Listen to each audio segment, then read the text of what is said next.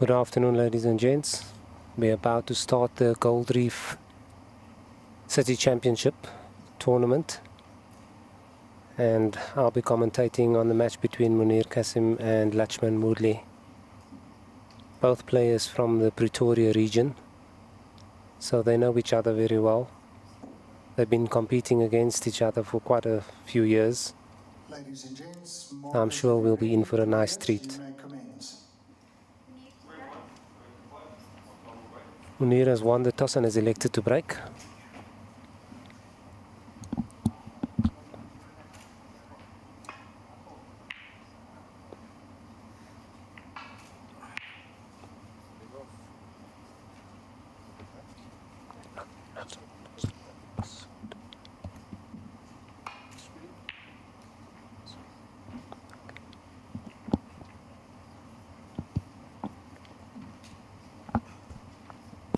Okay, so Munir in with the first scoring chance. He's quite proficient with the rest as well.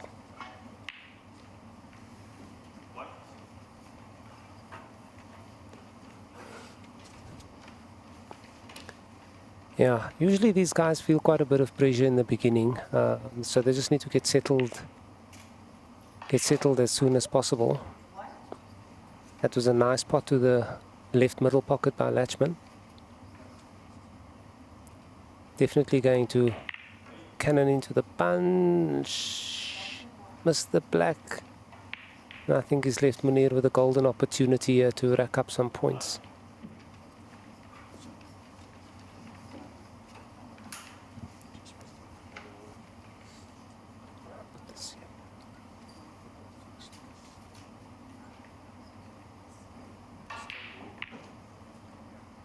Oh, hit the near jaw there as well. So, especially on these steel block tables, it's advisable to aim for the far jaw.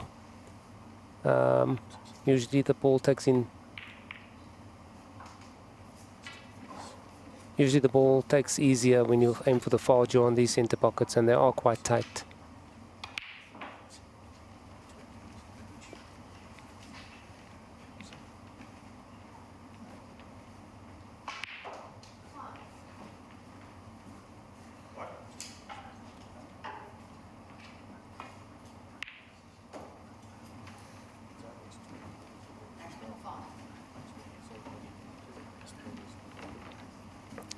So essentially what we have here is a best out of 9. That basically means, for those of you that don't understand, it's the first to 5.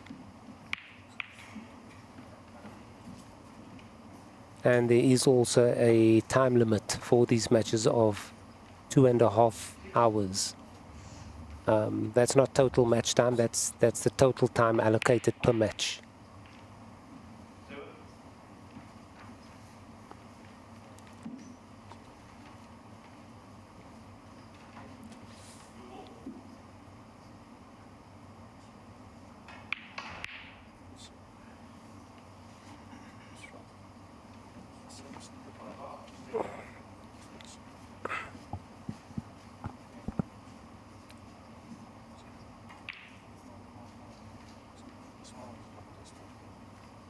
Lachman just losing the white there a bit.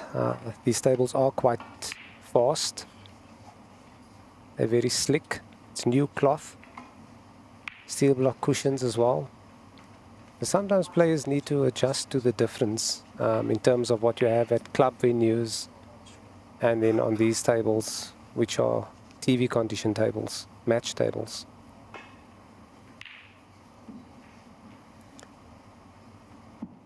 And sometimes you have to also then factor in the throw of the white. When your tip makes contact with the cue ball, it pushes the white off in a different line. So when you're hitting side on the white, it makes it a bit more difficult than it would on the normal club tables. Sometimes the players need to get used to those kind of variables. And the sooner you adjust, the better. And that's Munir's first pot for the frame. He's nicely on the brown. He could also take the yellow because it's a more conducive angle to get down to the red. to one of the two reds on the right hand side of the table.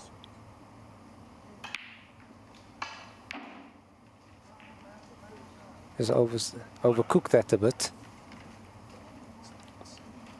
It's a bit of awkward cueing here from over the jaw of the pocket.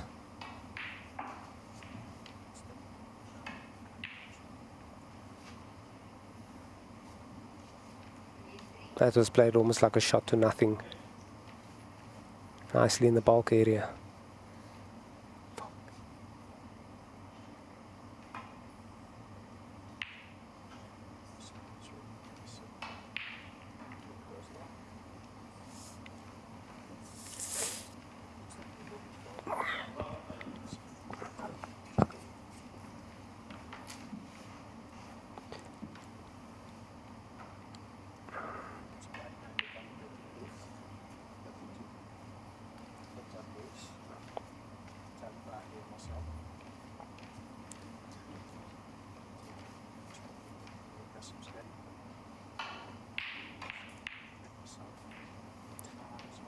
Okay, so Latchman just managed to promote the black into a better potting position.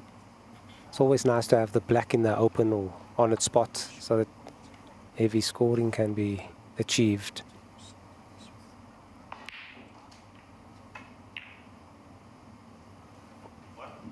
It's just not getting the feel of the speed of the table at the moment.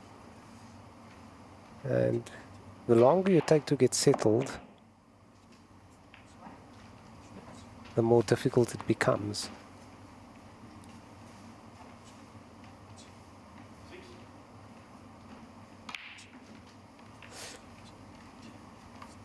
You'll notice two contrasting styles as well, the way Latchman Moodley plays and the way Munir Kassim plays. Latchman takes a more casual, relaxed approach, just goes down, bang the balls. And if it works, it works. If it doesn't, it doesn't. He just carries on again. Whereas Munir is a bit more measured in his approach. He will look at the angles, look at various options, go down. It's got like sort of a machine gun feathering action. Has a pause, pulls back the cue and strikes through the white ball. Nice plant there that he spotted. And yeah, just once again lost the white ball there. He just doesn't have the white ball on a string at the moment. Looks like he's going for a big shot here.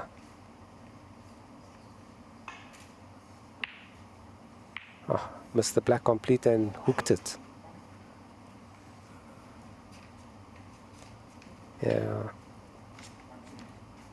And this is the thing with the first games. When you add these events and you're playing competitive snooker, it's always a bit of a challenge to, just fall into place. What goes on in these players' minds, to the viewers out there or to the spectators, they may just think, you're seeing somebody just playing. From your perspective, you might think they're very relaxed, but believe you me, these guys are feeling pressure, and the pressure is extremely daunting. It can be overwhelming as well.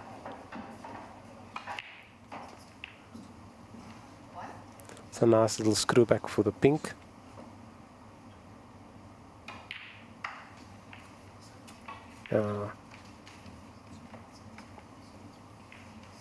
Once again, just out of position, and I think that's been the order of the frame thus far. The guys are not... Oh, what a double. But I think he's put himself in a bit of a pickle here because now he has to play a good safety. Or is he going for a pot on the black? Wow, wow, wow. What a pot. What a pot, Latchman.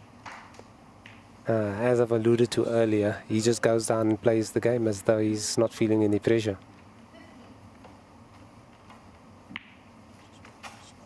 Overcuts that one. I think he got away with this one. It's a bit fortunate there. It's not left Munir anything easy.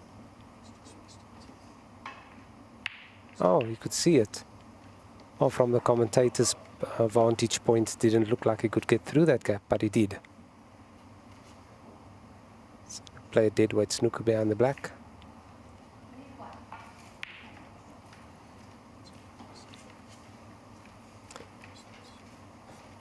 The snooker may not get him any points, so I think maybe Latchman can see the ball to the far left.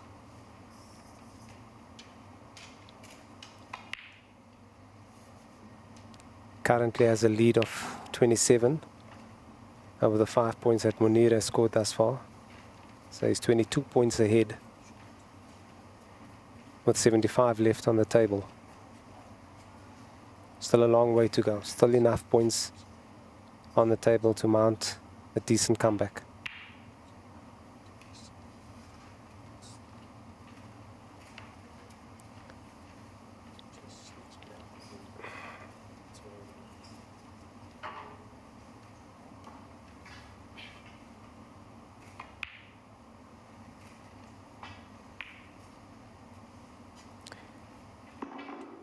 Munir in another safe position here.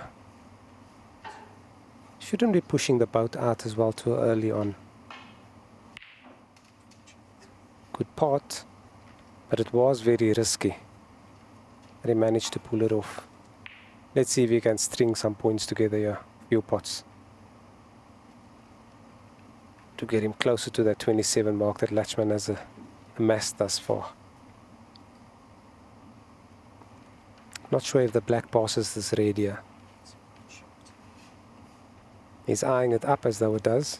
So let's have a look. It must be very tight. Oh, he manages.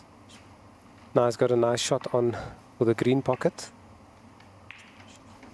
He needs to start scoring here so that he can feel settled. Will make him feel much better if he pots this one as well, and then a color. Well, he has to use the rest now.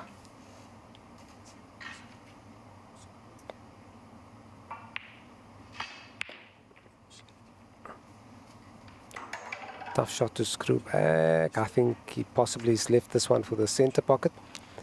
Bearing in mind it is across the table, so these are no gimmies. These are hard. Those shots, you need to give it the proper due care and consideration. Let's see if Munir can pot this red. Earlier on he hooked a black out in a similar position, and he did it again. Exactly a replication of the shot that he missed on the black early on in the frame. I wonder if that has something to do with his eyes. Usually if you have a dominant and oh my goodness, he's fluked a ball. And Munir might find himself in trouble here after this now.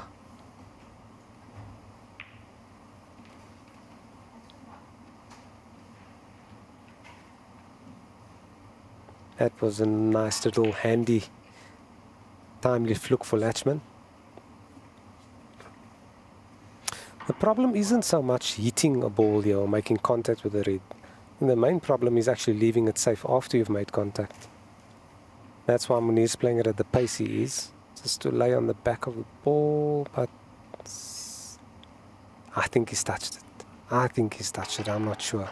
There's a little shake on the referee had a little shake of the head there, but I'm not sure. If it's touching ball, it looked as though it touched. Can't quite tell from the TV angle, but I think they're calling a miss. Are they? Could be touching. I think it's touching. Excellent shot. Excellent shot. Wow. Heart in the throat moment there for Munir Kazim. Hey, and Lachi just goes down and pots a ball. Bridging over another red as though it's nothing. Those shots are hard. Nice pot on the blue then. Takes his break to 6.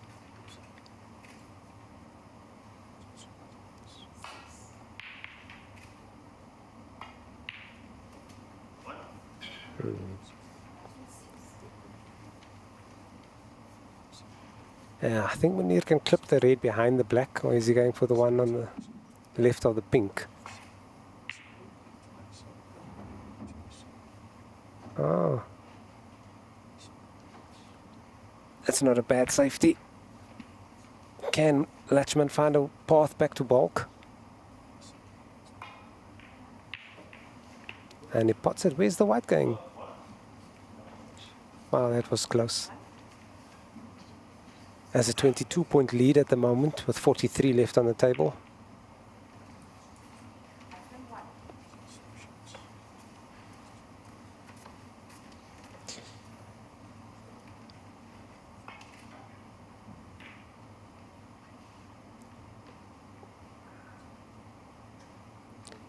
Yeah, I would like to also thank our main sponsor, Gold Reef City, for putting up the magnificent tournament. My Day Brands, our drink sponsor. Then we have Purple Rain, our media partner. Basil Billiards and Q Masters, our venue setup team. And 360 Sport, our streaming partner. We'd like to thank all these sponsors for their contribution as well in making these tournaments a huge success. Excellent pot there again by Munir. He needs to start scoring if he wants to get back into this frame.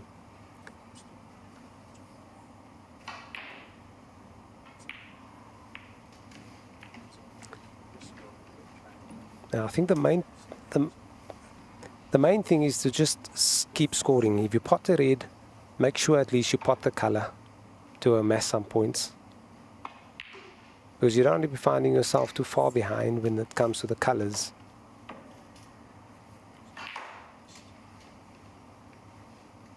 So he has to pot the blue here and then needs to start with the yellow. And then in sequence, green, brown, blue, pink and the black. I think he's 10 points behind at the moment, so he'll only need up until the pink.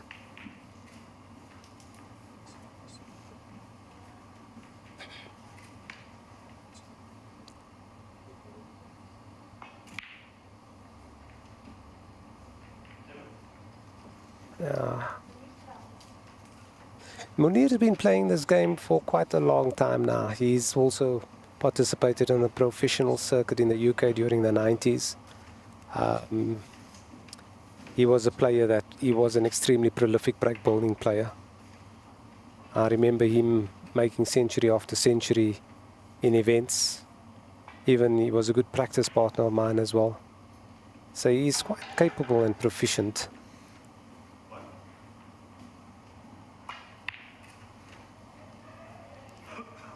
Nachman trying a little deft snooker behind the black. And I think it's an easy escape. Not sure if he can see the yellow, but he should be able to hit the side rail and get the yellow. Well, he needs to play it with a fair amount of pace to put some distance between cue and object ball. And he's going the back route. It's a bit more dangerous. Oh, he managed to get it safe. Good shot, good shot.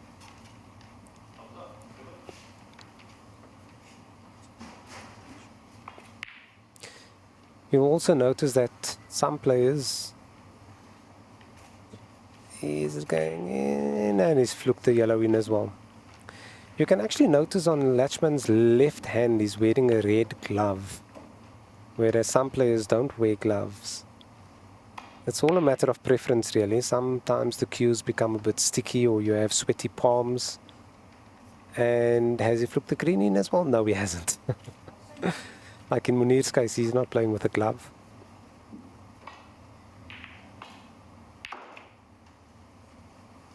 Yeah, and this is mainly so that the cue can glide over your fingers. Personally, I play with the gloves, so I prefer it as well. Especially hailing from Cape Town where it's a bit moist and damp, so yeah, sometimes the cues do pick up a little bit of grime and dirt. Excellent pot there by Munir. Can he pull this blue off?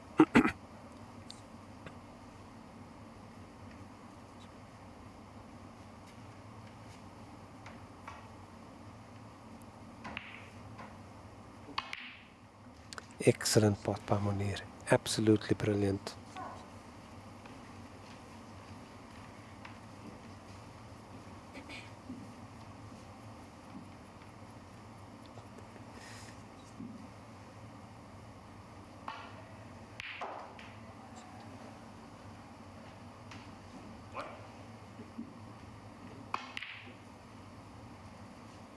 So because the scores are tied at 37 each at the moment. It's a black ball frame. So the black ball is going to determine who puts the first digit under the frame section.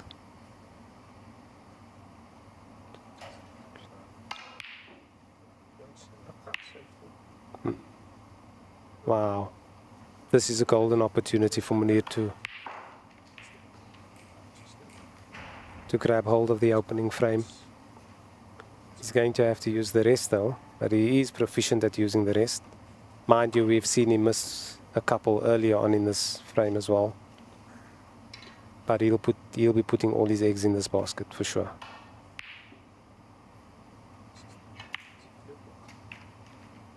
He's left some distance, not an easy shot.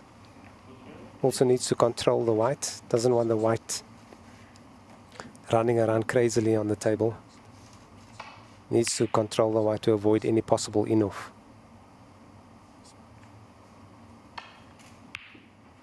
I just don't think he went through the white as he should. He may have decelerated on the shot, hence him catching it so thick. Usually when a player decelerates on a shot, and that's when you would catch it thick, or miss it on the thick side.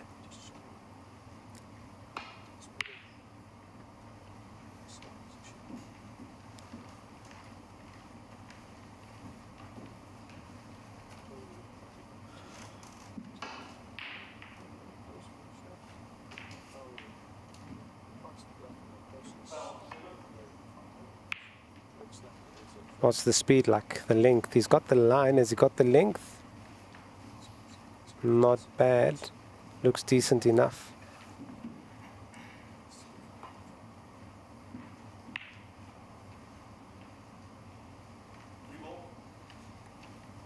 Oh, this is a tough shot. This is a real tester for Munir.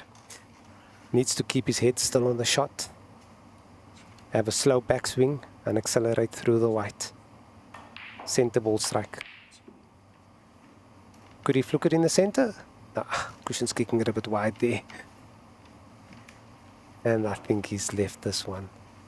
I don't think Latchman's going to miss this one.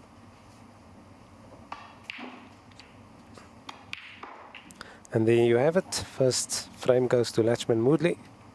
Well played. Was a bit of a touch and go situation in that frame. Scoring wasn't that heavy, but I'm sure it will improve as the match progresses.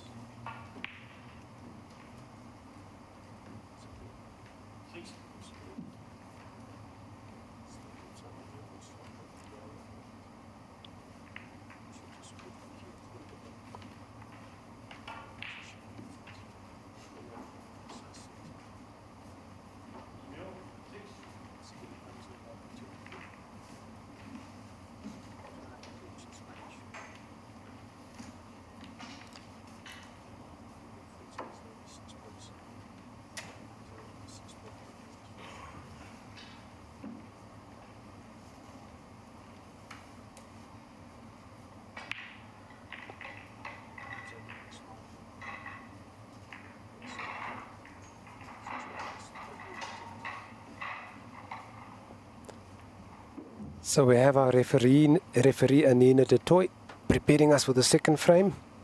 In this first round clash between Munir Kasim and Latchman Moodley. Latchman Moodley having taken the opening frame. Leads 1-0, and bearing in mind that it's the first to 5 frames, that goes through to the last 16.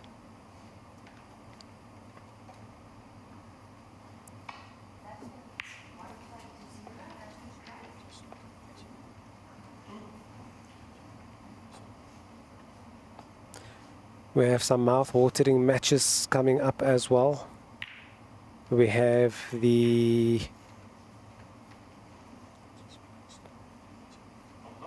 current, or should I say the previous pro event winner Fakhri Khirdin playing Fariz Khan. And they will be on later, and that promises to be a mouth-watering clash between two giants of the game. Fakhri Khirdin, obviously a multiple SA champion, and winner of various other SA events as well. But we'll have to wait and see what he's going to do on the green bays later on.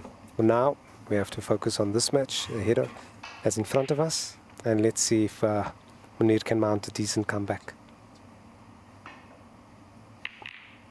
Ah, what a brilliant spot there. Excellent.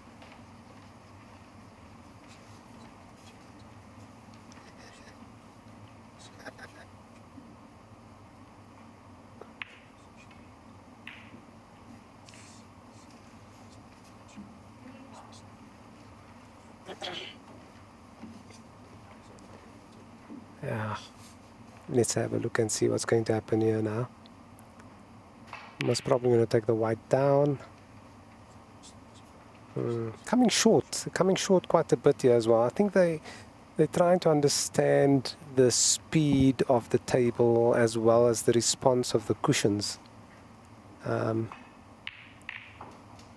Another excellent pot by Munir. Looks like he's raring to go in this frame. He has to, knowing he's behind at the moment.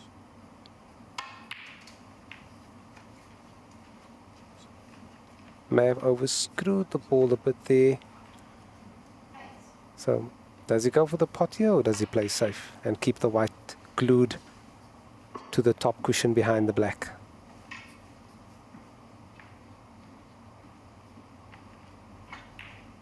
Oh, he goes for the pot. He missed it, and knowing that he was going to miss it, he was definitely going to leave it up because it's going to rattle in the jaw, and obviously the pace that he played at that.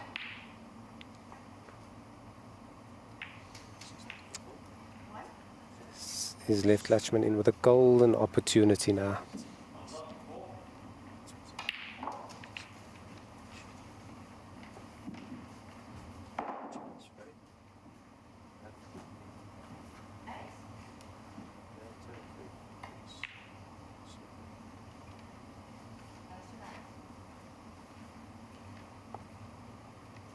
It's been a bit of a scrappy affair thus far. Usually first round matches can pan out like this. Players are usually a bit apprehensive in going for the shots they normally would during practice matches, practice games. So what's the speed looking like? I think Munir's played an excellent shot here, excellent positional shot to be on this red. Just need a gentle follow through to have an ideal angle on the black so you can split the pack. I think he's too straight on the black. Don't think he has an angle to disturb any of the reds in the black in the pack. My apologies. So may just need to score the 7 points and play a safety. Not sure if there's any plants in the pack. I think he's going topspin around 2 cushions to try and split the pack.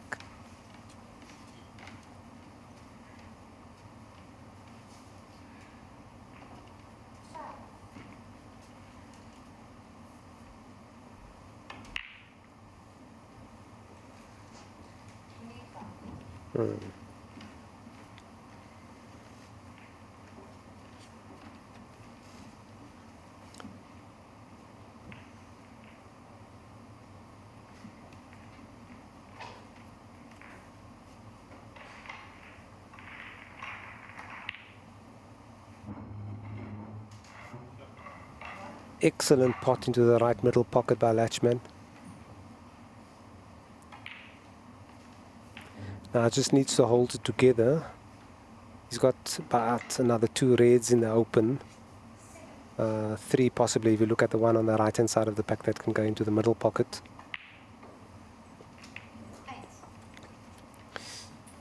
Could also possibly pot the black here. Play with a little bit of top right hand side and split the bunch. Doesn't need too much power. Decided not to go for that. Quite a few unexpected misses seen thus far.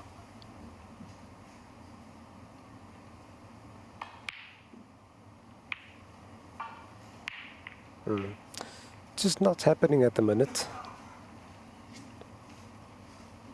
Can be quite hard out there.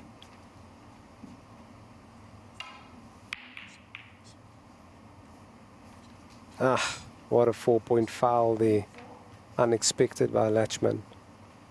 Is Munir going to put him in again? He could possibly try the red. That is on the left-hand side of the table. Black can aid the red, so it makes the pocket quite big. He's looking at it right now. He's eyeing it up. Let's see if he's going to take up the position to go for the pot. Nah, he's having doubts.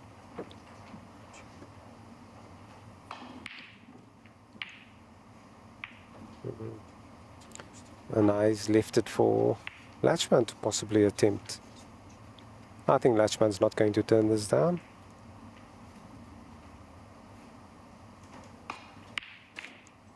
Oh, I think he butchered that shot. He absolutely butchered that shot.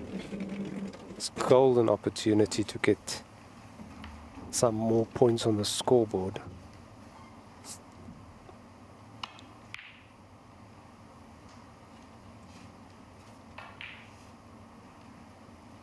Yep, the balls just keep on rolling. Speed of the table seems quite pacey. It's always nice if the tables are nice and fast. It requires less effort to get the white moving and shifting the cue ball around on the table. I think he's going to reach the ball cushion. Yes, he has. It's a good shot.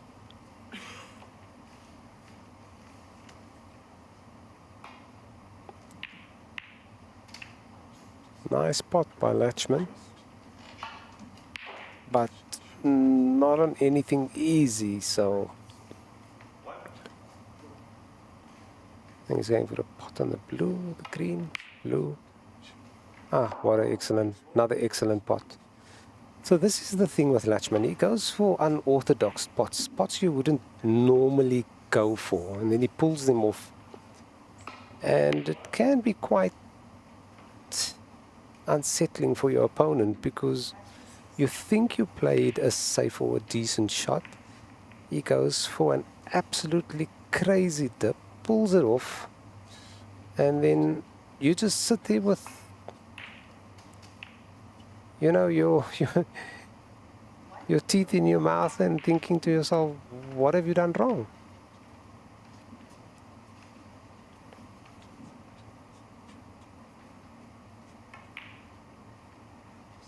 Oh, just about made it there.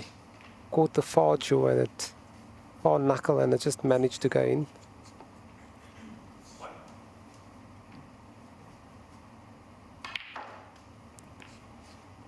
Doesn't want to be over the yellow. Now, if Munir can get a nice angle on this pink off the side cushion and into the bunch, he'll be in with a very good chance. Doesn't need too much power. Doesn't want to be pushing the reds towards the rails. So not too much power. Pace looks just about right. Excellent shot.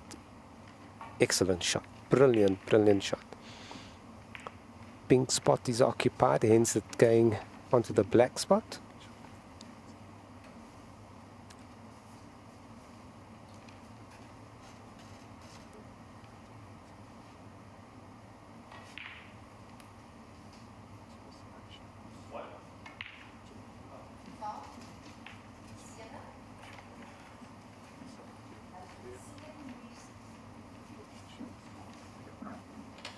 Oh, I think he fouled. Munir called a foul on himself.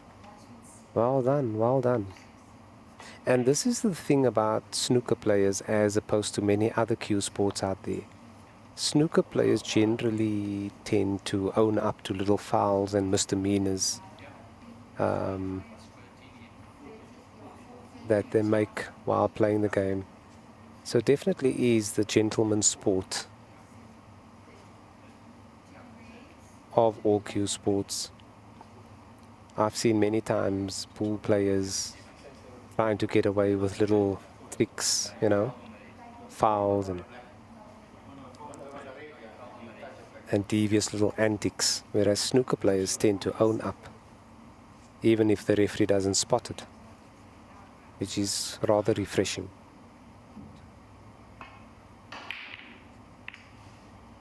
And that's another fluke.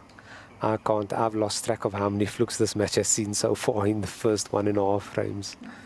Unbelievable amount of flukes.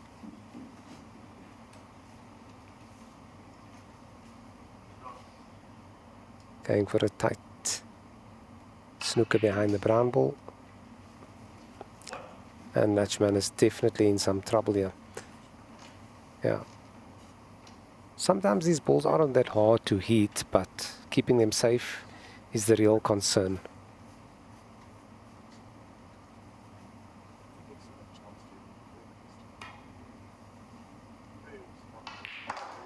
Yeah, no, he doesn't have the line. The pace is definitely there, but the line is off. They're going to be calling a miss on him. It's a 7-point foul.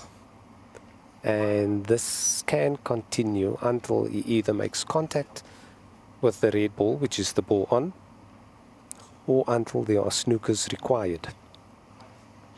So basically what that means is if Latchman finds himself with more than 43 points behind after committing a foul or not being able to escape from the snooker, then the referee will stop calling a miss and respotting the balls in the position they were.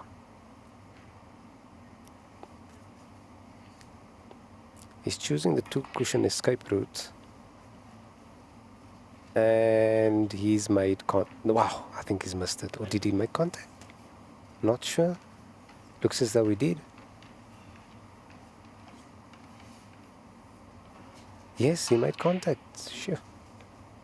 Great escape there. And that puts Munir 21 points ahead. 28 with the black, and he'll just need the red.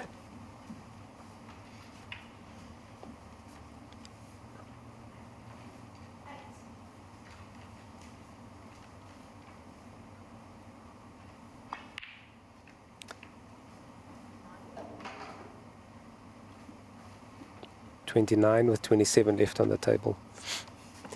Just needs to make sure of this next color. Doesn't want Latchman coming back to the table playing for snookers.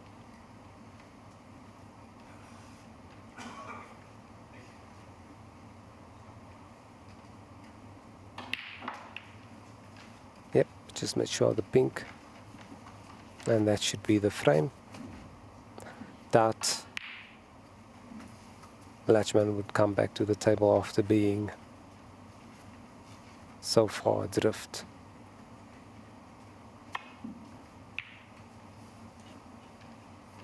Where's the white going?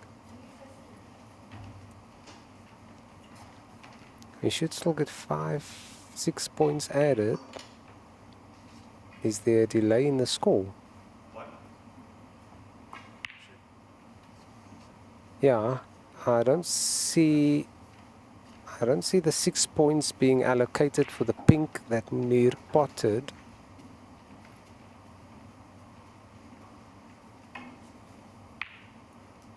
So, yeah, for your viewers out there, Munir is in fact 35 points ahead.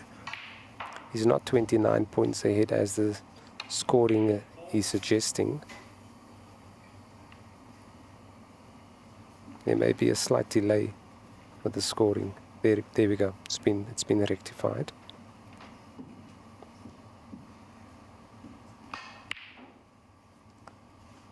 So Latchman would need 2 4-point fouls to be committed by Munir in order to tie the frame.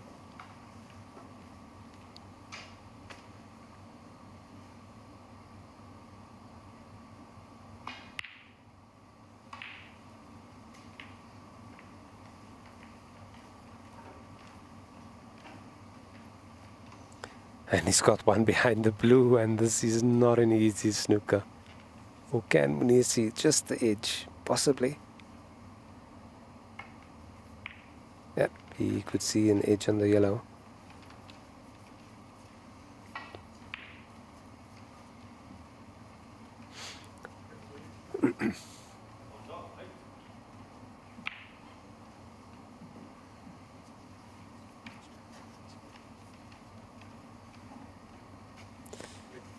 Light against the top cushion, but shouldn't be any problem in making contact and getting the yellow safe here.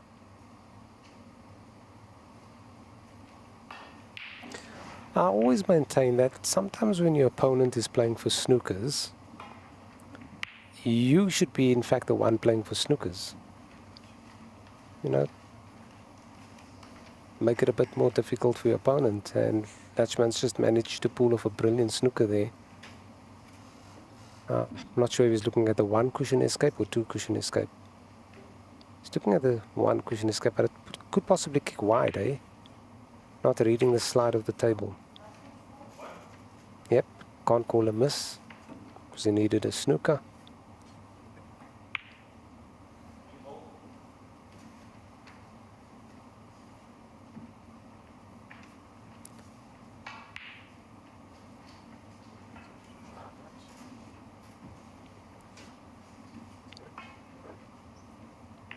Oh, could be behind the black here, could find himself behind the black.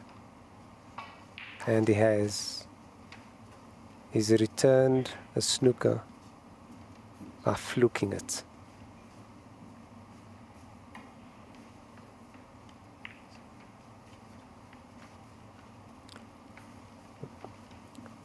Munir should just roll this yellow in dead weight, and that should be it.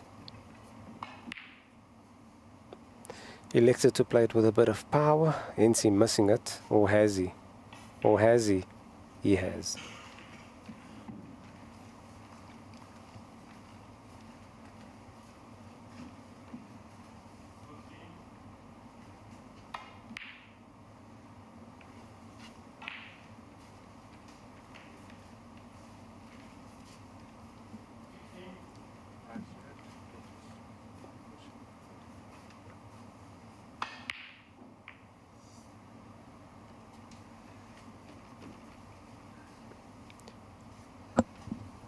Sometimes these frames can be rather drawn out.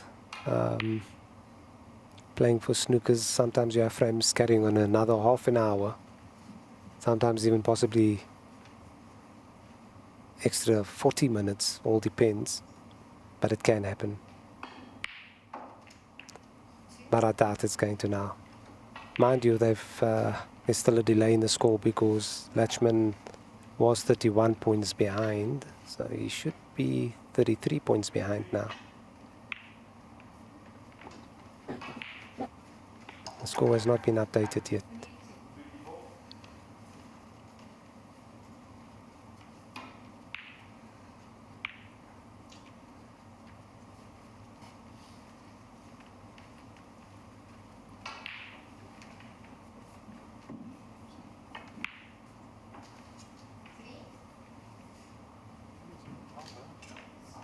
Can you believe what just happened? The white decided to follow the green into the pocket. The odds of that happening were highly unlikely, as maybe the table possibly drifted. Hence it caught Munir by surprise.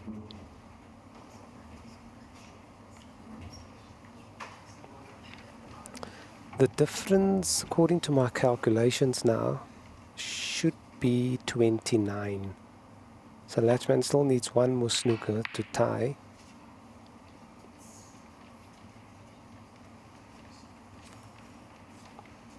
And he's left him quite in an awkward position. Looks like, yeah, is it behind the brown? Oh my. Apology there by Latchman Moodley. A smile there by Munir, looking at the scoreboard. They're having a bit of a laugh.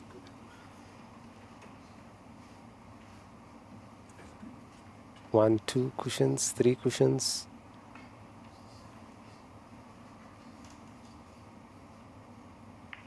Excellent escape, excellent escape. Having a bit of a chuckle there to himself.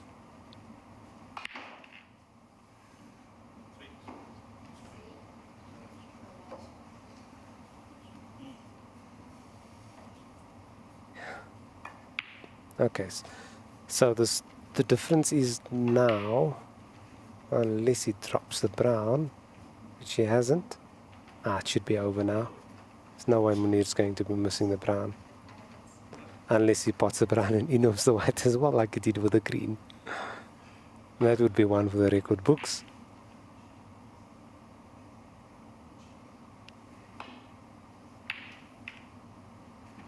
Yeah. And that should be the frame.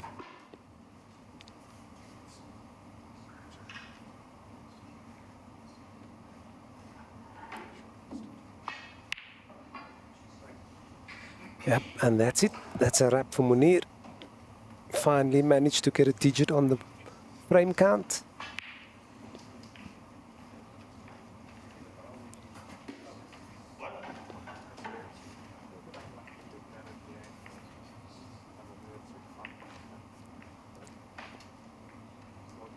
Yeah, so this event has seen some of the best, if not the best players currently in South Africa, all meeting up here at the Gold Reef City Lodge, Gold Reef City Championship rather, and most of them staying at the lodge.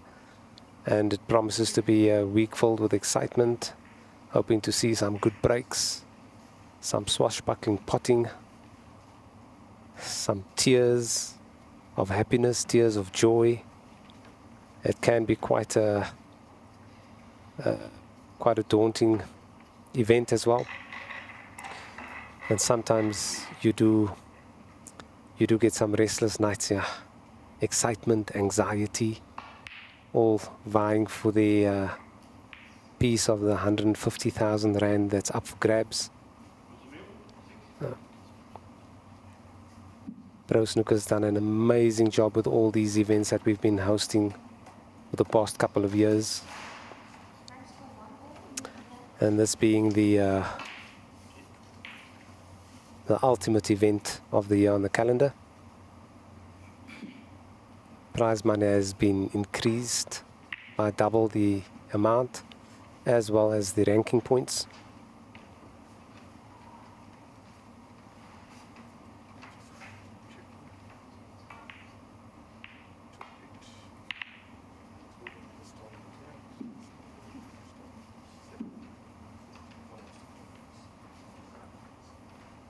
Good safety there by Latchman. No value really in going for a pot on this shot. So he may need to just play a yeah, he needs to play a safety though. That's exactly what he's elected to do. It's quite pacey though. It was a bit pacey. I think Latchman is impeded by the brown, so he wouldn't be able to take the solitary read on this. Go for an easy pot on the solitary read on the left-hand side of the table. So he's eyeing up different options, or easy going for the pot. I think he is, and he is. Wow, that's the thing about Latchman. Sometimes he can even make a commentator look like a novice.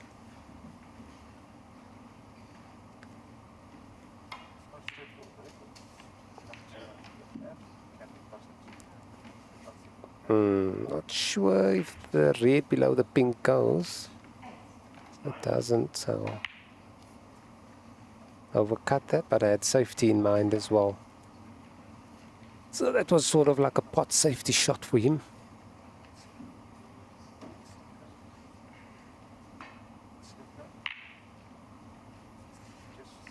Munir just catching it a bit thick.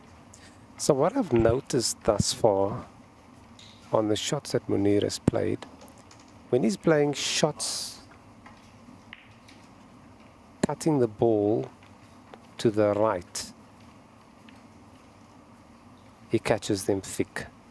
And when he tries to cut the ball to the left, he's been making a thinner contact than expected on most occasions. And that may have something to do with what we call the dominant eye. And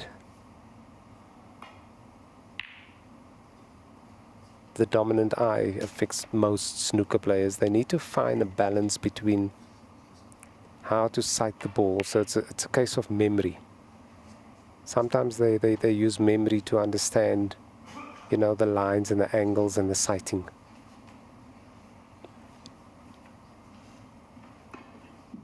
And this is why practice is so important.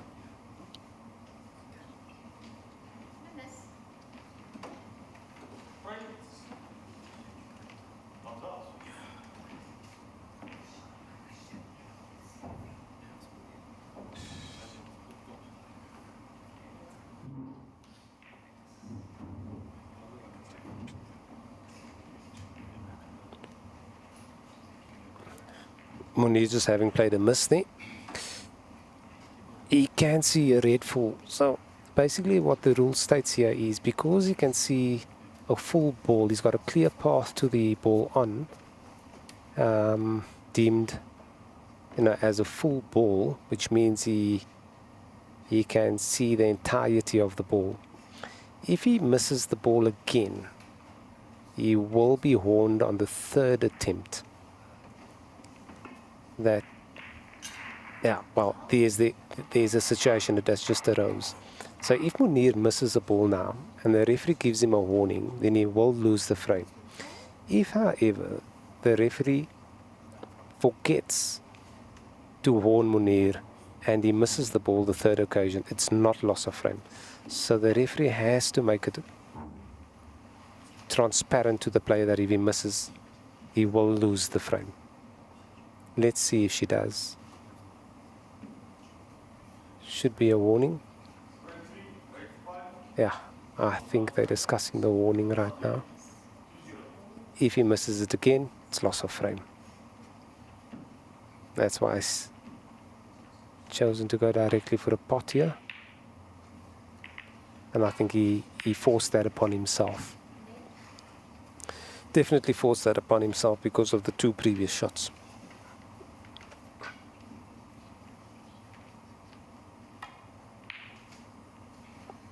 Left an easy starter for Latchman. Are we going to see a sizable break here? Not sure. The black is in a bit of a position that requires some work as well. Most snooker players like the black to be in the open and available to both pockets, and Latchman has just butchered that shot as well. Didn't read the throw of the white correctly, cannoned into the red ball and in off the white. And this is of such importance that players should always be able to read the throw of the white. Understand the dimensions, the kisses, the paths, the ball control. All those variables needs to be taken into consideration. Lovely long pot there by Munir. Shaping up to play the pink in the left middle. Just needs to avoid the yellow, in and out of bulk. Just needs to avoid the yellow. He's managed to do that. And what's the white looking like? I don't think he's on anything easy. So may need to either play for a safety or is he going for a pot? I think this one goes to the left corner. Does. Overcuts it, but I think he's got a result there. He scored a result with that shot.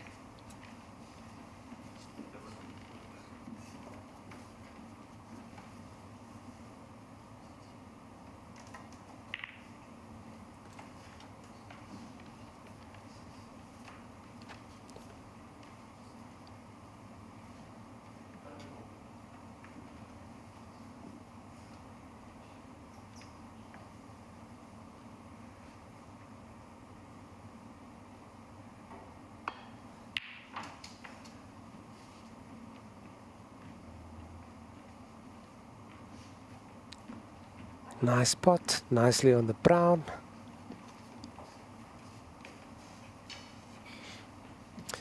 So, yellow, green and brown are considered the low value colors. Then we have pink, the blue, the pink and the black, which are considered the high value colors. And that's usually what the snooker players try and score as often as possible. The high value colors get you over the winning line quicker than expected. Sometimes the low value colors just serves as an option for you to get back into the break and continue your consecutive scoring. So lost the cue ball a bit there. Playing rather few uncharacteristic shots.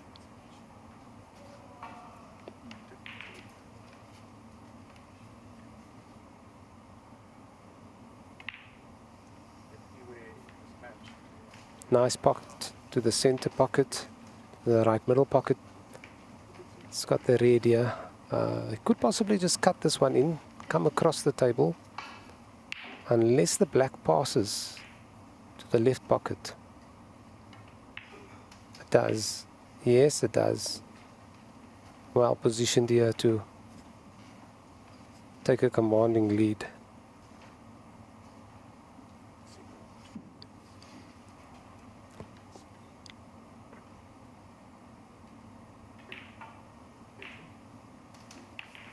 Yep, Munir is definitely in with a brilliant chance to wrap up this frame and take a frame advantage. Played a tremendous amount of check side there just to hold the white for the black. A bit of awkward queuing here. May need to bridge over the red or on the side of the red. Bridge hand is a bit longer than I expected. Just had a bit of a big bounce off the top cushion, so this red is now unavailable. It's not at his disposal. Need to go for the more difficult red into the left middle pocket, bound to be on the blue or the pink.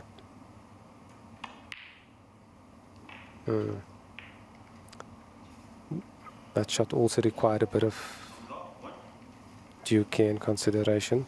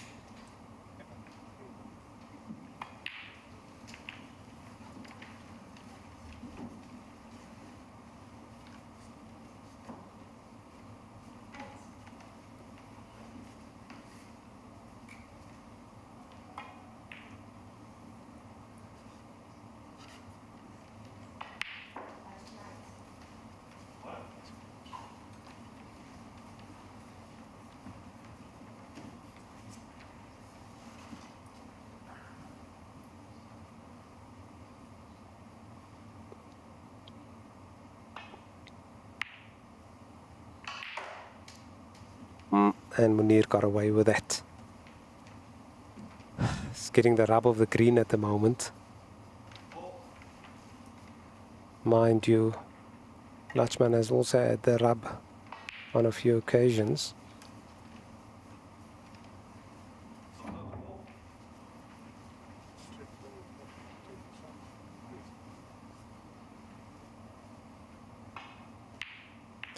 Yeah, there's a perfect example of how Munir actually cued across the white there. After he struck the ball, you could see his arm swinging out to the right, to his right. And what that equates to is coming across the white ball. So you can actually lose your line when you do that. So technique is extremely important. A solid technique, you can build on that, because that serves as a foundation for you to perform at the highest level. However, having said that, sometimes tension can also creep in, and there's some, body movements, twitching of the head, the elbows, the arms, the shoulders, the bridge hand. Everything needs to be exceptionally dead still, except the queuing arm. That should be the only moving part.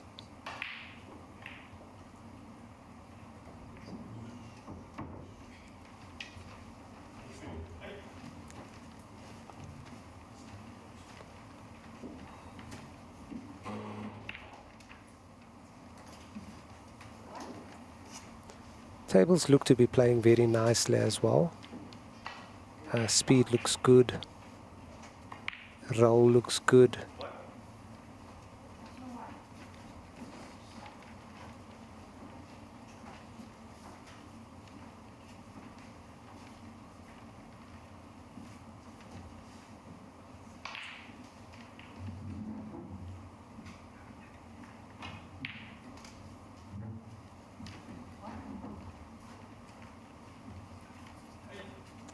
Nicely on the blue, yeah.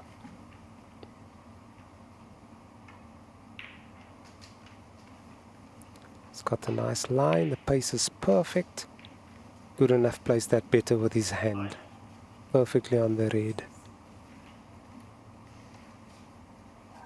Needs to use the rest though, because the reds on the bottom of your screen may just impede him a bit. Yeah, he's definitely also improved with the rest since his first frame. Missed a couple with the rest earlier on in this match, but I settled down nicely now with the rest.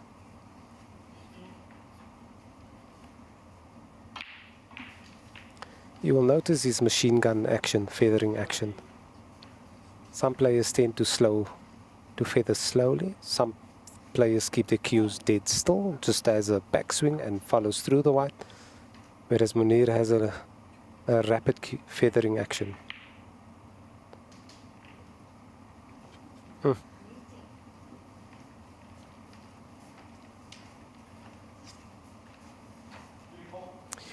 Yeah, like I said earlier on as well, Munir used to play pro snooker in the UK in the 90s.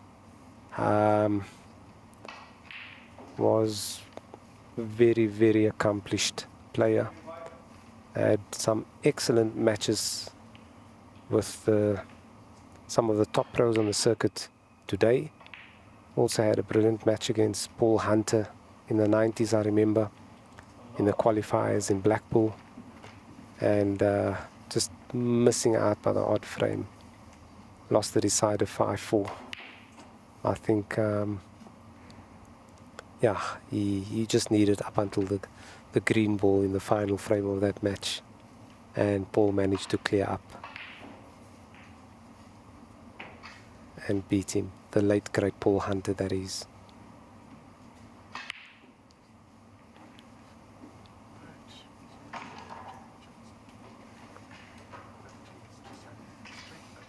Yeah, playing at a much lower level than he has during that period of his life. Playing at SA level now, SA events, so not at that high professional level like he was accustomed to. There have been quite a few South African exports. Most likely our best export South Africa's ever seen was Peter Francisco, who's also retired now. We had Perry Mans, who made the final of the World Championships quite some few years before that. And then there was also Silvina Francisco. Peter Francisco's left over onto the corner pocket, which it has. Speed of the table has just caught Latchman out there.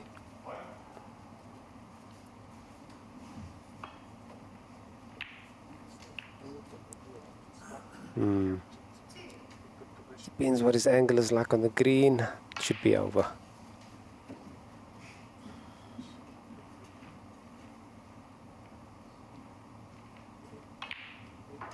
Yep, nice little shot there.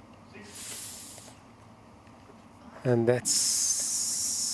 will leave Latchman needing snookers.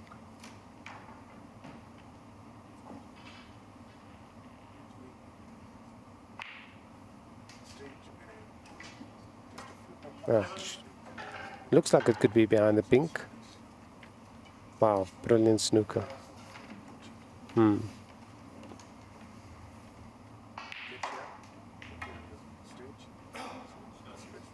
Excellent escape.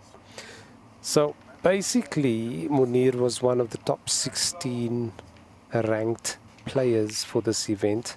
There was no need for him to participate in any qualifier, whereas Latchman had to play a qualifier event, there were various events hosted all over the country.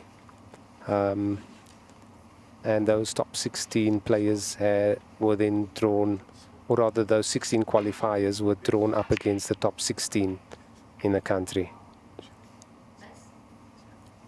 And that should be the frame. They're calling a miss, but there are snookers involved, is it not? Or is the score incorrect? According to my knowledge,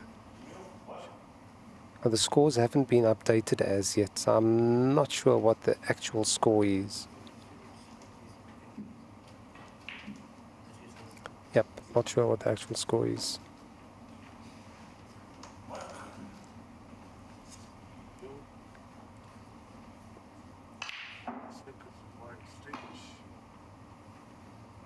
Miss it again. Yeah, I think they're just trying to refresh the scoreboard. It's just been refreshed, and as you can see, currently the difference is 9. I'm not sure if the 4 points should still be added to the 61, or is a correction. Sorry, my apologies. 47-61.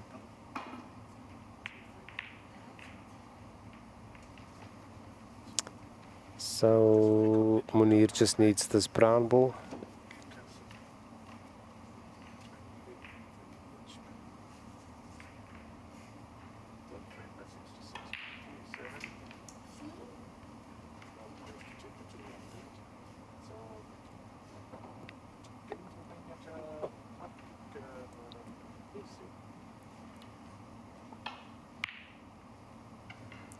Yep, and that's Munir. 2-1 up.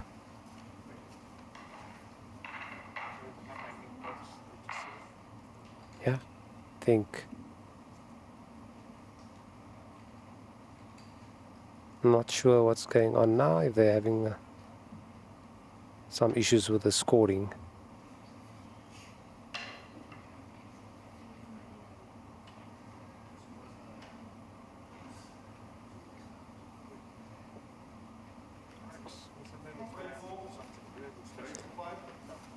Yes, that's correct, and that's the frame. Heading on into the 4th frame now. Munir has doubled his lead. 2-1.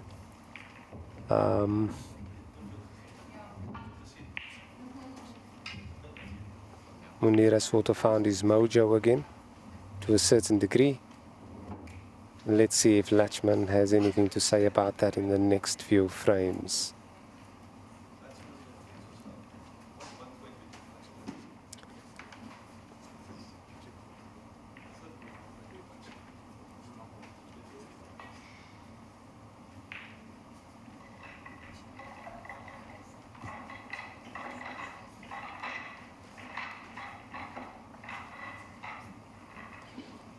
Yeah, once again also, we have to say thank you to our sponsors. Main sponsor is Gold Reef City for putting up an absolutely magnificent tournament. My Day Brands, our drink sponsor, and Purple Rain, who is our media partner. We also have Basil Billiards and Q Masters, our venue setup team. And then we have our streaming partner, namely 360 Sport.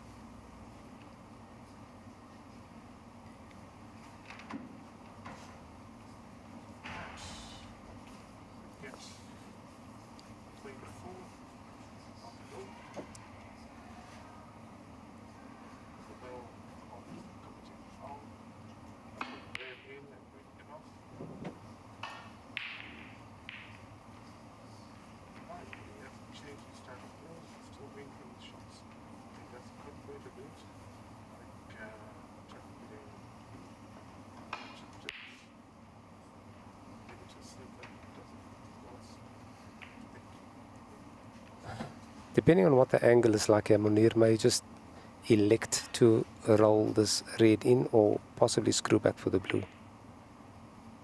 Selected to roll it in. He may have the pink into the middle pocket, depends if he fancies that or if he fancies the black. If he pots the pink though, he'll definitely bring a few reds into play, which would be the more brave option of the two.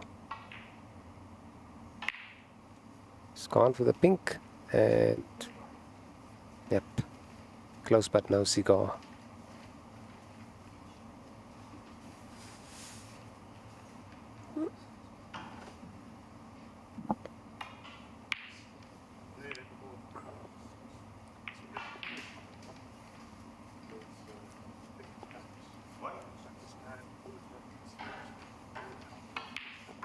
So even though the game of snooker is not as physical as various other sports that are out there, one still requires a certain level of fitness in order to play this game. You have to take into the account that physiologically you have to be in your prime, and this includes your, number one, your eyesight, because that's of paramount importance. You have good 20/20 vision, you definitely have an advantage. Then you also need to keep your emotions in check, and this is where the nerves come in. And once you can control your emotions, it makes you mentally a stronger player. And if you're mentally weak in this game, no matter how much ability you have, you won't win tournaments. You won't win tournaments, and that's a guarantee. You do need to be psychologically, mentally strong, good strength of mind, mental fortitude will make you win events.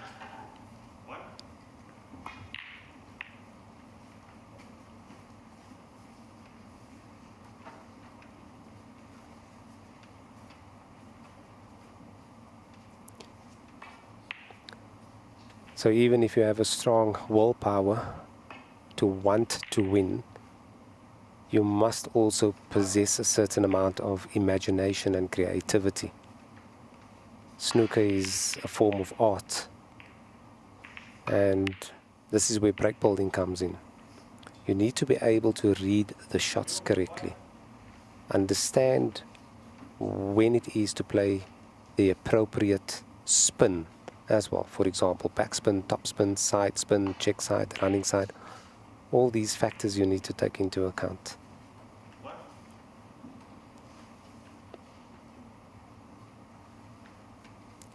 So there are just so many variables that makes this game interesting. Many debates about whether this being harder than golf or golf being harder than this as a single player sport. Which is the hardest single player sport out there?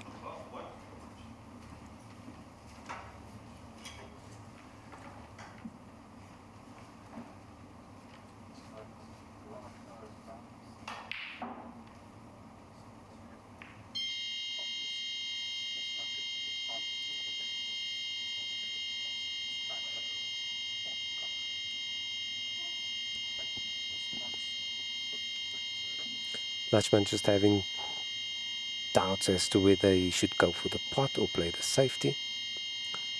Knowing Latchman is going to confuse the commentator. Yep. He tried to confuse me there for a moment, but I knew he was going for the pot.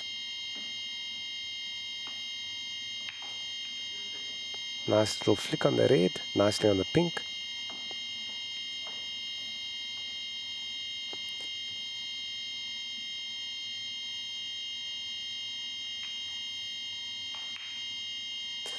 Ideally, you would want to finish the frames in as few visits as possible. One visit, winning opportunities. That's what you're aiming to do on most occasions. And may have just taken his eye off the pot there and carelessly knocked it into the red ball which was in the path.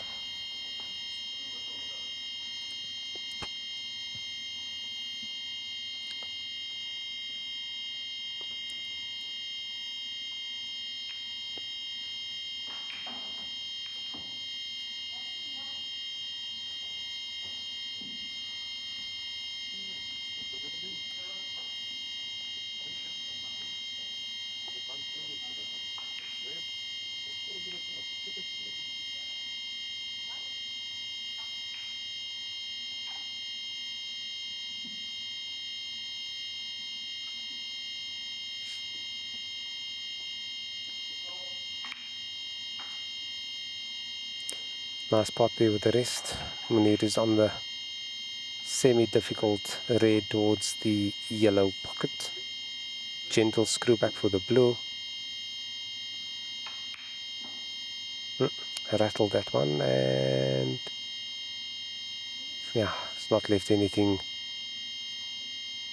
easy for Latchman. Latchman just needs to try and hold himself together here and mount a mini comeback. Yeah, frame's gone a little bit dry at the moment. It's a bit of a drought in terms of potting.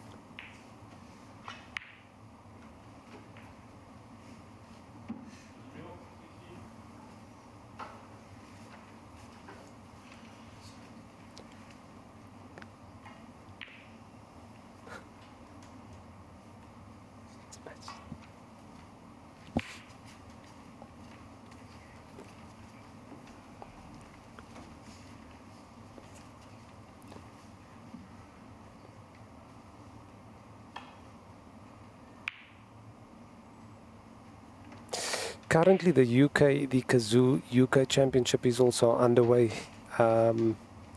in England, and that's always nice to, you know, retire to your room and switch on the telly and watch some snooker. It serves as a form of motivation for you when you're going to take to the table, go out there into the arena. One has to constantly steal with your eyes as well, just to... it serves as a form of practice as well, watching snooker. Not always just playing, but watching sometimes also gives you an idea of, you know, the strategy and how to play and what to do. So you use imagery and simulation to try and replicate what the pros are doing.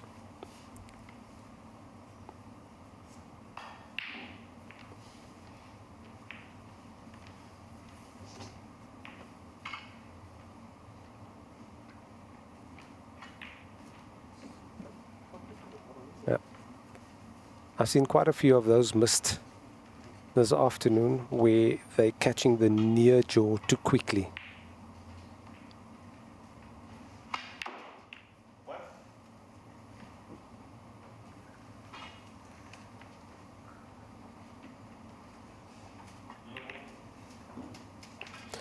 Managed to have a nice clean pot there on the black.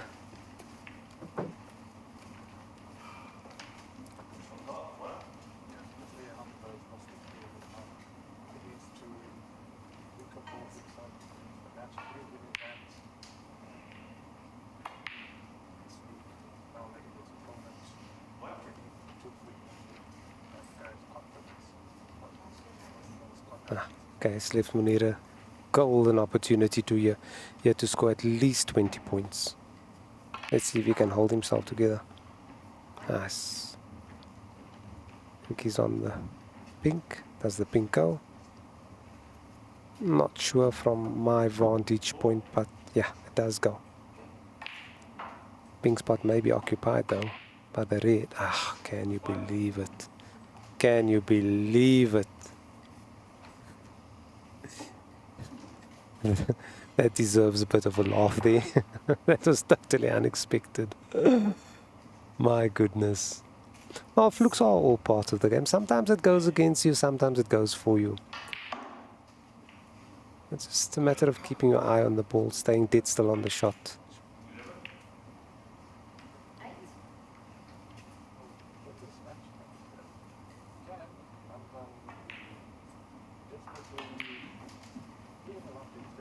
That's 13 points amassed so far. What's his position like? Nah. Most likely going to go for the red in the far right hand bottom side of your screen. Just needs to play a nice measured shot, well weighted to land up on the blue. And he has. What's the pace like? Looks perfect. Perfect. He has the ideal angle to disturb the cluster of 3. Just a gentle disturbance. There we go. Well played. He's in prime position to take a commanding lead in this frame right now. Just needs to make sure he holds the white on a tight string.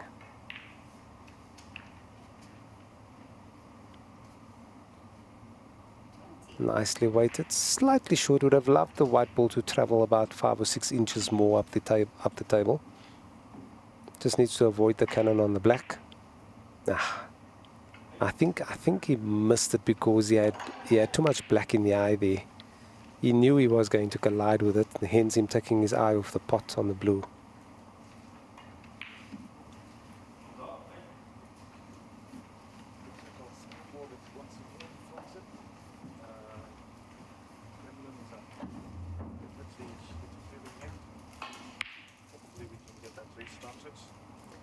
Yeah, definitely also here, as you guys can notice, the scoreboard has frozen once again. Possibly Eskom getting hold of our scoring system.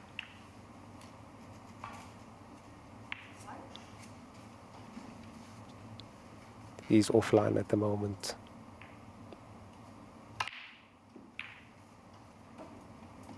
Yeah, I think Latchman has just gone off the boil a bit in terms of his potting. He's sort of like feeling the pressure. Not sure though, just losing his way a bit.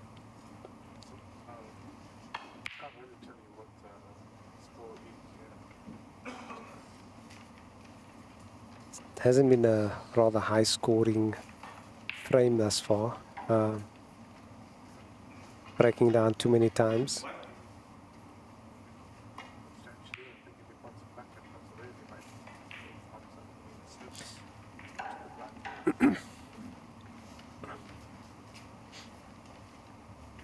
I think Munir's going to try and get the white behind the yellow.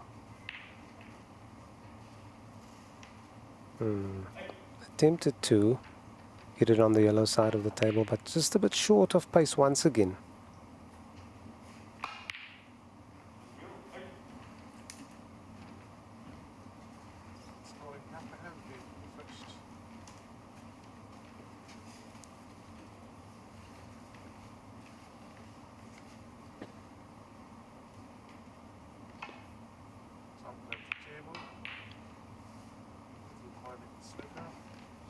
Difference of 32 points at the moment with 51 remaining.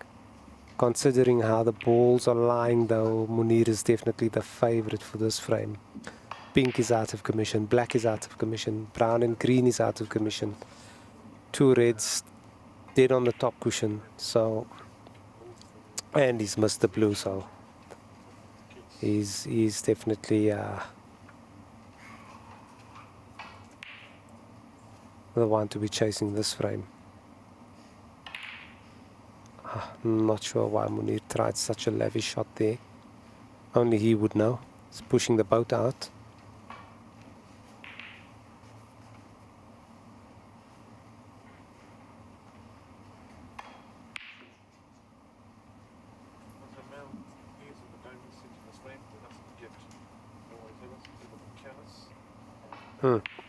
Latchman might find himself behind the black here if Munir elects to go for the snooker.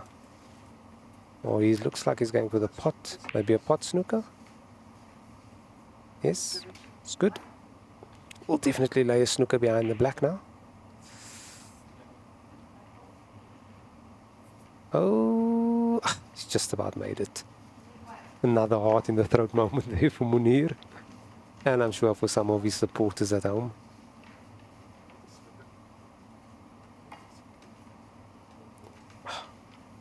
That looks like it could be too soft. Not sure. Maybe he's reached it.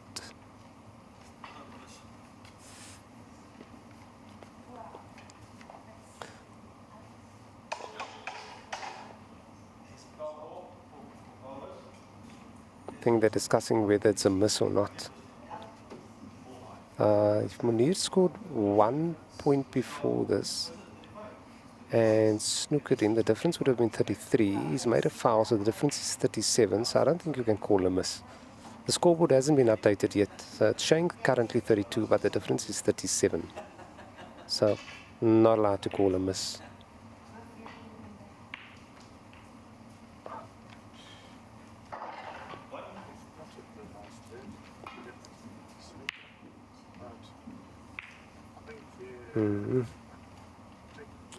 Brown is still in a rather ideal position now. Green, brown, yellow, black.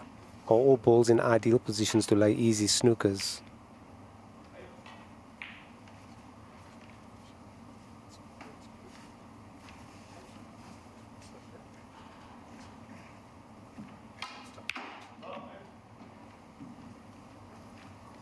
There was no value in doing that, other than the 1 point scored.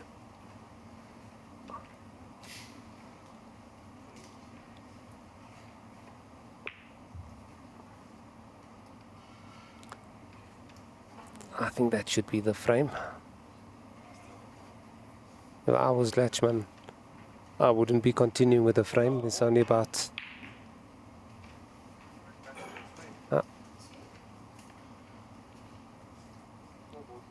there's only an hour left for the match as well, so doesn't make sense for Latchman to continue. Also, he's found himself in a snooker, so frame over and done, dusted. Munir's racked up another point. He's now tripled his advantage, leading 3-1. Remember, it's a race to 5, or best out of 9. As the English would say, best out of 9. As Americans would say, race to 5.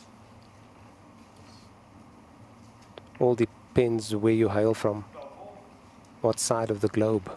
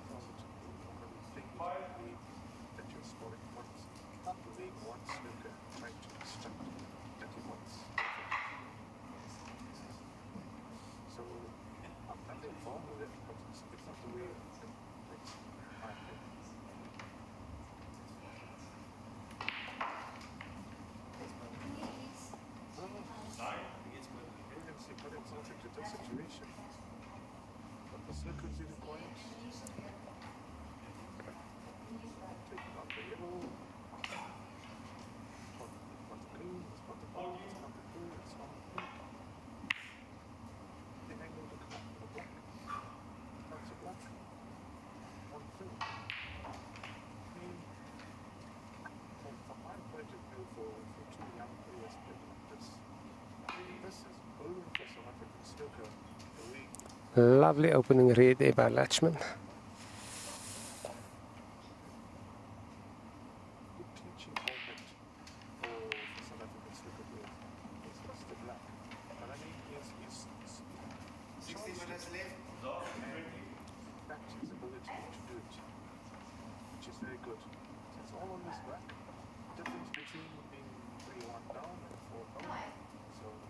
Nine scored there by Latchman.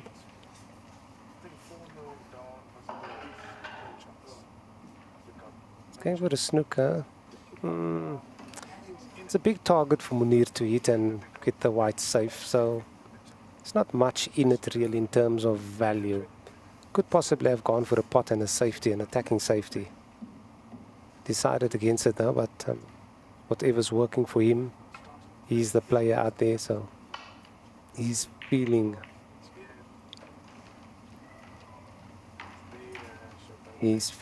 that that is what he needs to do.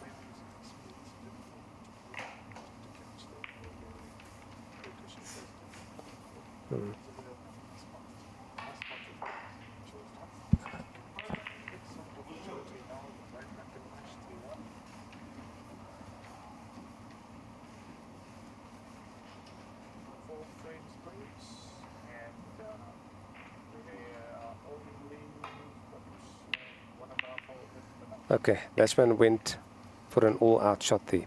He's now left Munir in with a perfect opportunity to rack up some points. Let's see if he can score heavily here. And he's missed an absolutely sitter of a shot. That was such a formality. He's clearly not holding himself together here right now.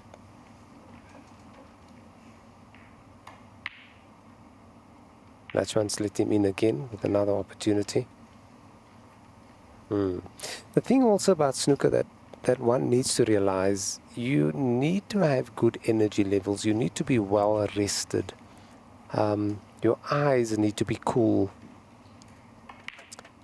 There's so many contributory factors that can determine how you play.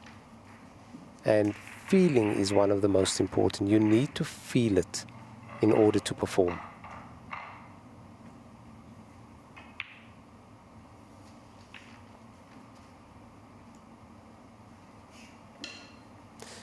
It's nicely on the red, albeit he's tight against the side cushion, side rail. Needs good straight cueing.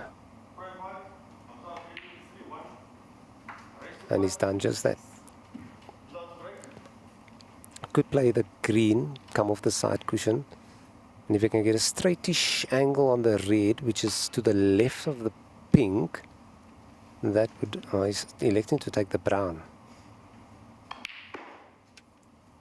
Powered it around 2 cushions, but... he's played it a bit too hard. I thought maybe the green could have been a better option, which would allow him to run in the line of the position. Well, he spotted something here. He spotted something. Well done.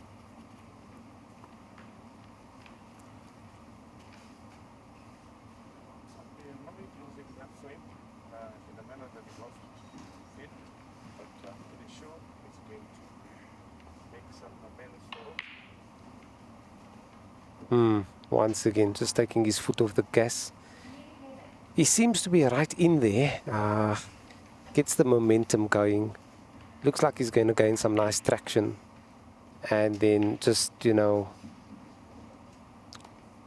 misses a formality pot.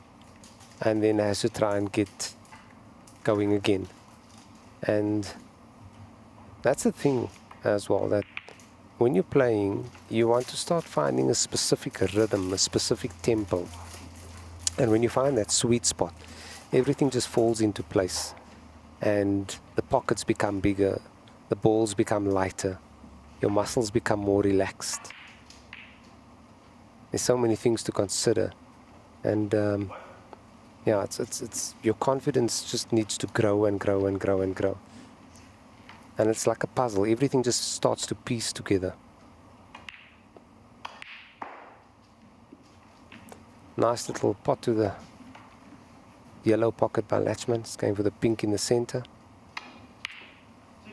Yeah, missed that as well. I think they've just fizzled a bit out here. It's reaching those stages of the match where fatigue can set in as well.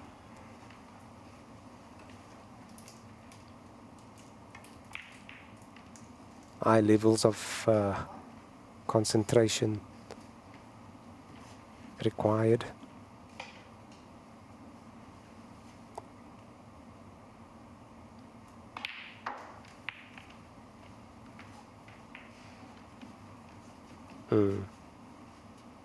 Not sure if you can see the red just above the black.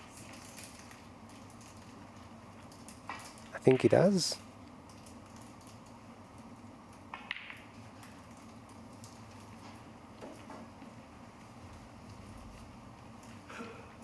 Yeah.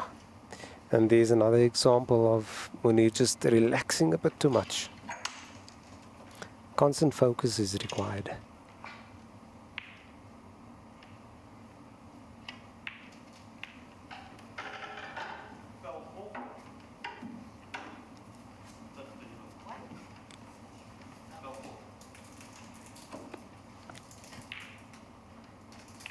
Latchman in with a chance now.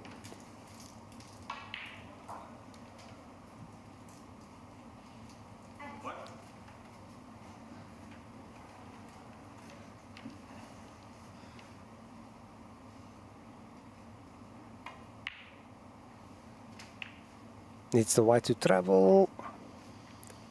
Just about, but if he pots the pink, he's definitely going to collide with the blue.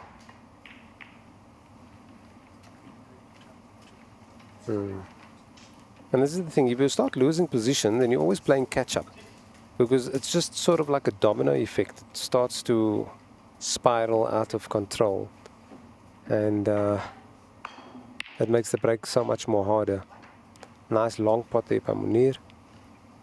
He's covered the full distance of the table. That's the longest shot you can get on a full-size snooker table.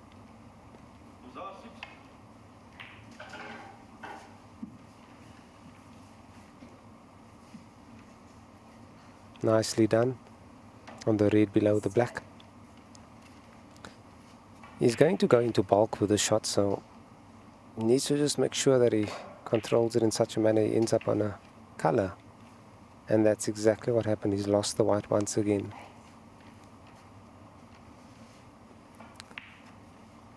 Maybe just going to tap the white behind the yellow. Yep, it's done exactly that. Latchman is in a bit of a spot of bother here. Could possibly swerve around the blue. Just nestle onto the two reds. Oh, no.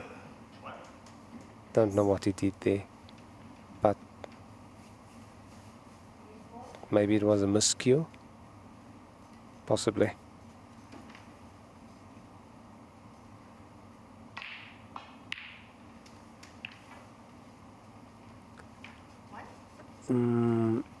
Could possibly have an angle to disturb the reds, not sure though.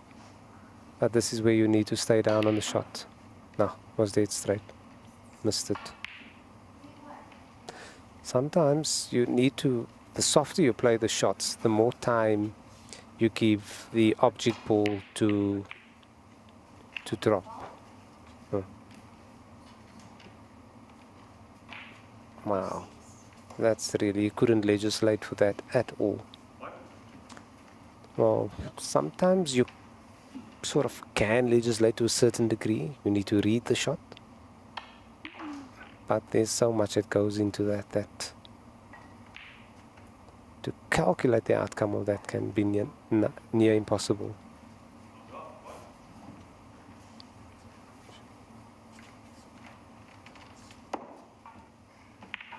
When he's taking the blue, green would be the one without the rest, but he's quite good with the rest, so let's see. Yep, I think he's on the red. So that puts him in prime position to take this frame as well. So if he takes a commanding 4-1 lead,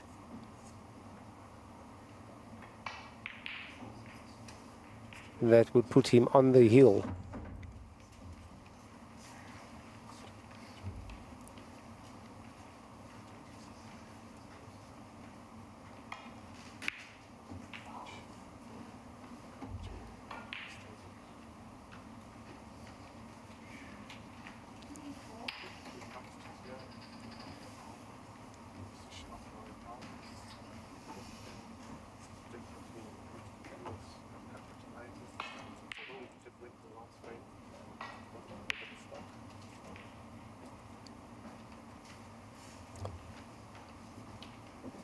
I think Munir has left this one.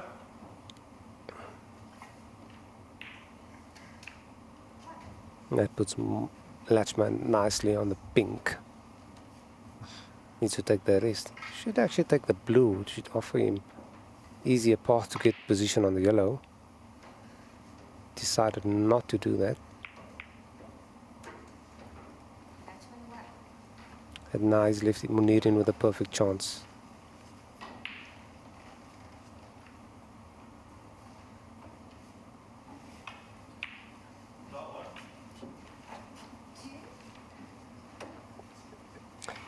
Pockets are quite tight on the table, but with a cushion slide, it makes it a bit more forgiving.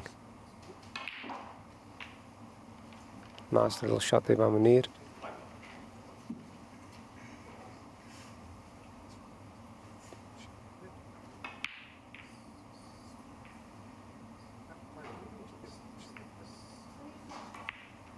Safe. Not sure what the score is. It's, yeah, it's frame.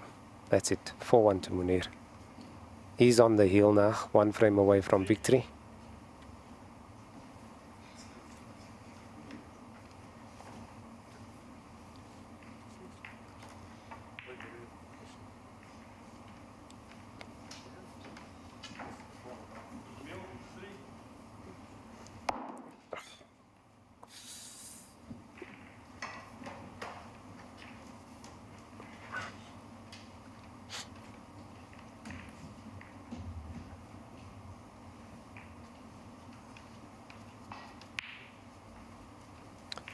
While we're waiting for Nina to rack the balls again, let me just remind all the viewers out there of our sponsors. We'd like to obviously thank our main sponsor, Gold Reef City, for putting up such a wonderful and magnificent tournament. And we've got My Day Brands, so that's our drink sponsor, Daya Moodley. And we've got our media partner, who is Purple Rain. Also, we have in the mix Basil Billiards and Q Masters, our venue setup team. And then thanks to 360 Sport, you are able to watch these matches from wherever you may find yourself via a streaming platform.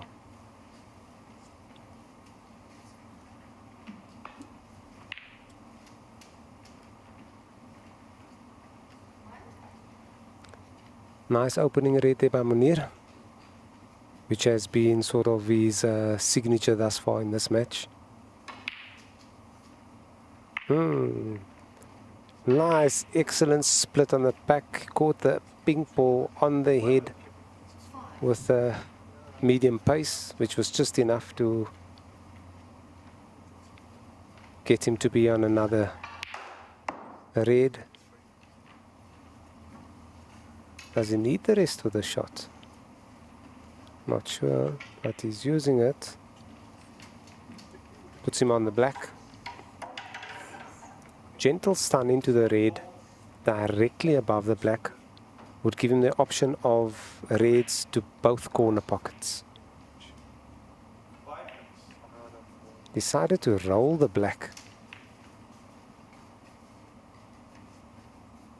It's a little shake of the head there. Not sure if he's managed to maintain a position, so I would have expected him to give it a light, gentle screw. Yeah, may need to go up for the blue ball. Yeah, not sure if he's... Oh, well, he had enough. Should have just played a little more topspin.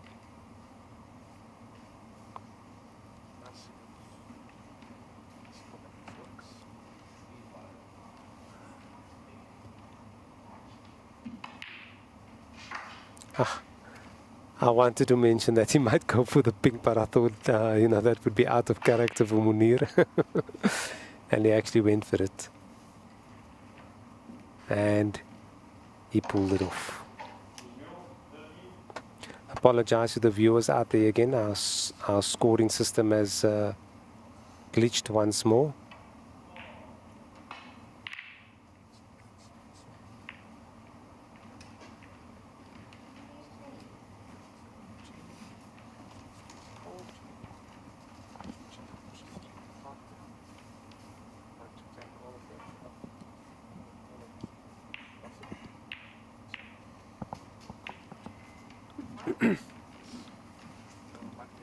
Yeah, so what we've seen thus far is that Lachman is a scary one-ball potter.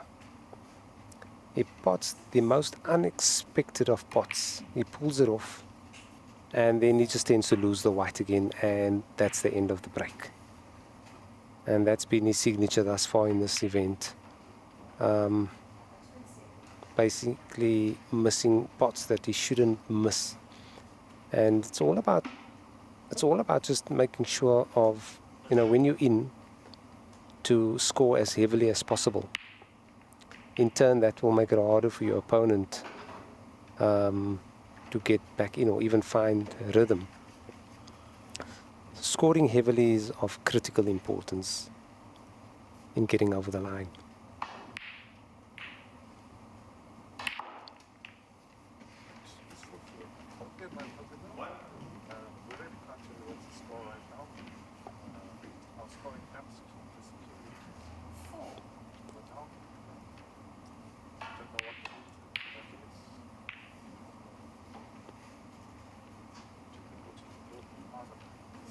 I think he got away with that as well.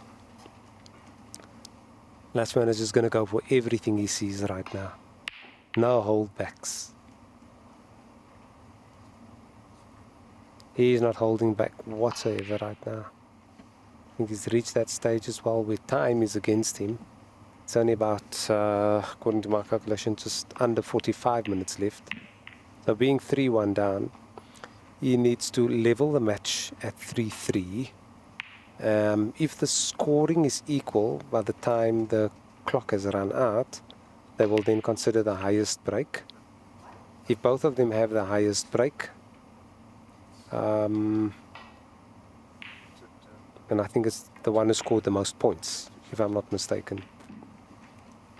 Combined total accumulated points that will advance to the last 16.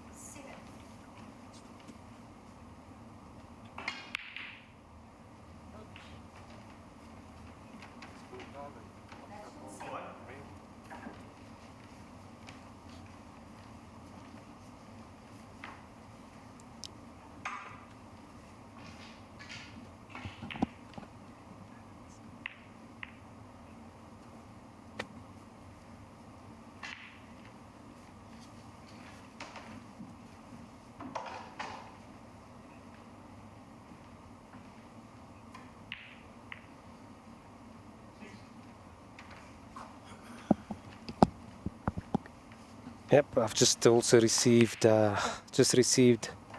official confirmation that Fakhri's match against Fariz Khan has been cancelled due to the player, namely Fariz, not arriving. So he's unfortunately handed, or rather fortunately for Fakhri, given him the opportunity to progress to the last 16 without playing a match. We would have, as impartial viewers, we would have liked to have witnessed a nice clash between those two players. But unfortunately, as things stand, Faris couldn't make it due to unforeseen circumstances.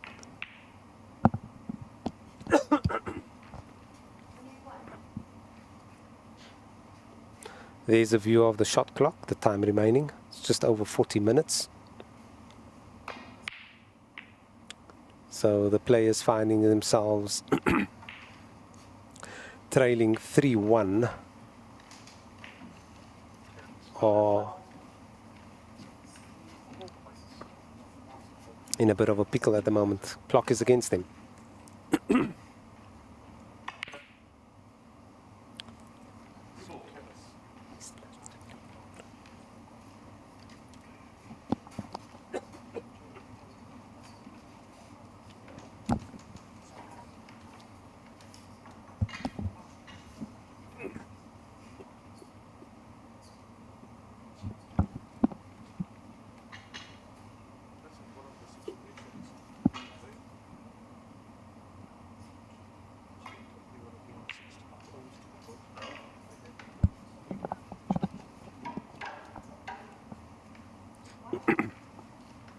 Excuse me, folks. Just have a bit of a frog there in my throat.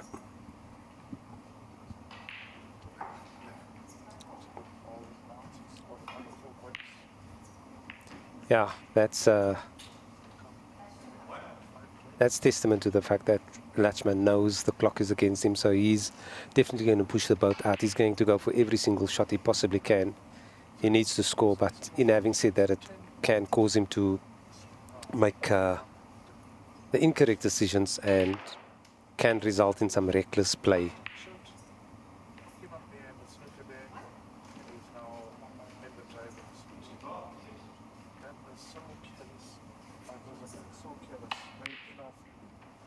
Munir also not really bothered with playing strategical or tactical at the minute, knowing that his opponent is in a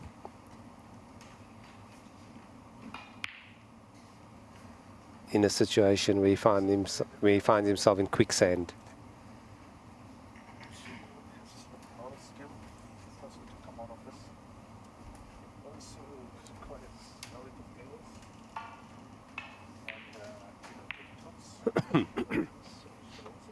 Nicely on the black there.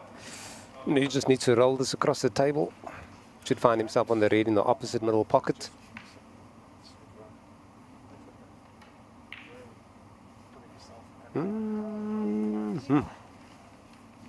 Once again. Sometimes it's just purely concentration. That's all it is. I've played with Munir for quite a few years now. I've known him since the, well, more than 30 years I've known Munir Kasim now, and I've seen him play some outstanding snooker that was second to none. As the years start piling on though, you start losing a bit of what Austin Powers would call your mojo. Yeah, so once you start losing a bit of that mojo, it can be quite a mission to try and find it again. Some manage to find it, some don't. All depends what your life is like, work life, social life, married life. There are so many other responsibilities that we as snooker players have to endure as well, that snooker is not always your first priority.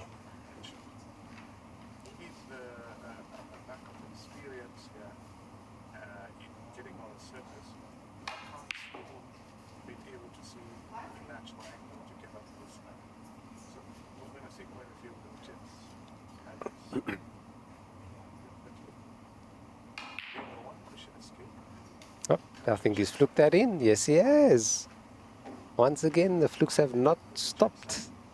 From start to finish in this match, we've seen a numerous amount of flukes.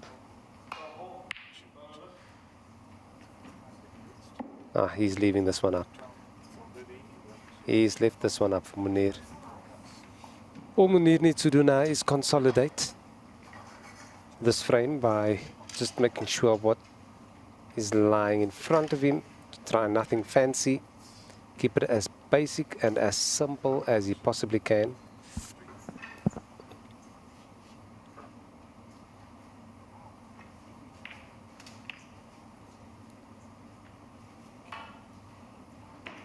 Almost a touch too hard, and he could have found himself up against the red ball.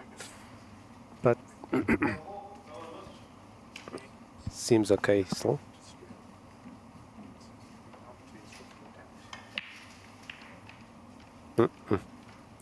Lost the white there. The cloth is very sensitive, so it can make you tentative as well. And it can even last the length of the match. Sometimes you know, when you're practicing, you can adjust because it's practice. But when you're trying to adjust during match play, it becomes an absolute mission of note to get to where you want to be as quickly as possible. Bearing in mind, obviously, there's always the fact that you're playing against an opponent that's also trying their level best. So there's just a bit of a added pressure factor in terms of getting your game together as quickly as possible.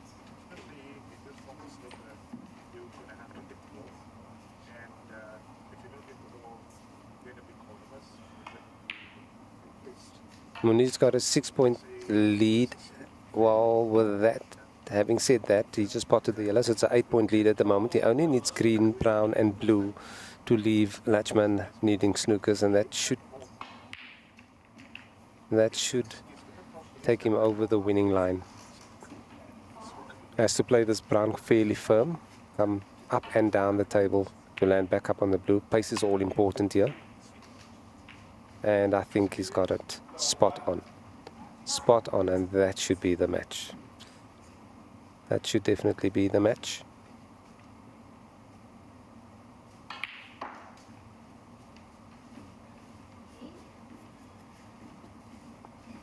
So Munir finishing in style here.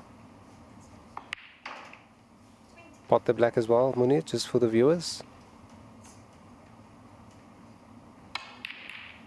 And there we go. Munir has failed to deliver on the black. Yeah, he's won. He's won the match. Brilliant stuff. Munir advances to the next round. Not sure who he is getting in the next round, but that's me, and that's a wrap. Unlucky to Latchman Moodley. Well done to Munir. And thank you for tuning in. Do tune in at 4 o'clock. Again, we have our upcoming matches at the Gold Reef City Championship. And that's me. Thank you. Goodbye all.